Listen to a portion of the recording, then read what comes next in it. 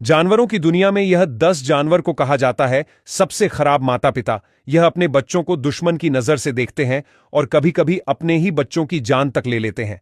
Number 1, सूअर।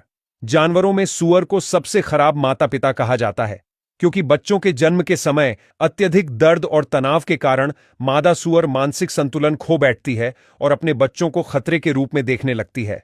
यह मानसिक विकृति के कारण मादा सूअर अपने ही बच्चों को मार देती है और उन्हें खा भी जाती है।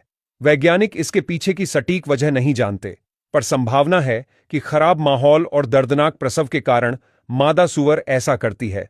इसलिए सूअर पालने वाले लोग जन्म के तुरंत बाद कभी कभी मादा सूअर को बेहोश कर देते हैं।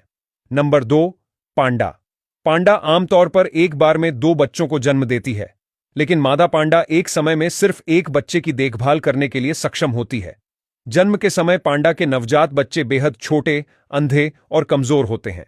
मादा पांडा उन्हें अपने सीने से लगाकर गर्मी और दूध देती है, लेकिन समस्या यह है कि वह एक समय में केवल एक ही बच्चे की देखभाल कर पाती है। इसलिए मादा पांडा दूसरे बच्चे को त्याग देती है।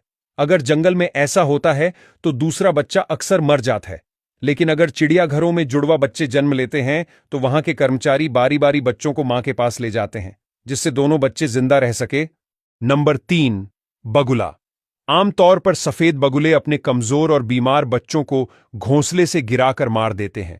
इसमें कुछ ऐसा होता है कि जो बीमार, कमजोर या कम वजन के बच्चे होते हैं, बगुले उन्हें आसानी से पहचान लेते हैं। उन्हें लगता है कि ये बच्चे ज्यादा दिन तक नहीं बचेंगे, इसलिए इनसे छुटकारा पाने के लिए उसे मार देते हैं। मानवीय दृष्टिकोण से देखा जाए तो यह बेहद क्रूर और निर्मम व्यवहार लग सकता है, लेकिन प्रकृति के हिसाब से यह पूरी तरह से सामान्य है, क्योंकि प्राकृतिक चयन के अनुसार केवल ताकतवर और स्वस्थ बच्चे ही जीवित रहते हैं। Number 4, hippopotamus.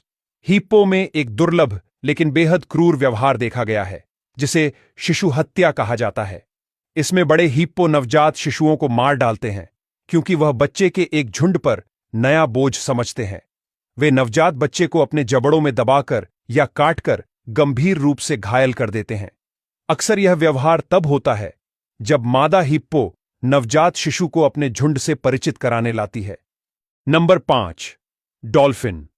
कभी कभी नर डॉल्फिन छोटे बच्चे को डूबाकर मार देते हैं। इसका मुख्य कारण यह है कि जब एक मादा डॉल्फिन बच्चे को दूध पिलाती है, तब वह 2 से 3 साल तक फिर से गर्भधारण नहीं कर सकती। इसलिए 2 या 3 नर डॉल्फिन साथ मिलकर छोटे बच्चे को गहरे पानी में ले जाते हैं, जिससे बच्चा सांस लेने के लिए पानी की ऊपर नहीं आ सकता और डूब के मर जाता है। यदि बच्चा जन्म के बाद थोड़े समय में मर जाए तो मादा डॉल्फिन फिर कुछ ही हफ्तों में प्रजनन के लिए तैयार होती है। बॉटल नोज डॉल्फिन में यह व्यवहार देखा गया है, जो दुनिया में सभी जगह पर पाई जाती है। डॉल्फिन में ऐसा व्यवहार दुर्लभ है, पर वैज्ञानिकों द्वारा कई बार दर्ज किया गया है।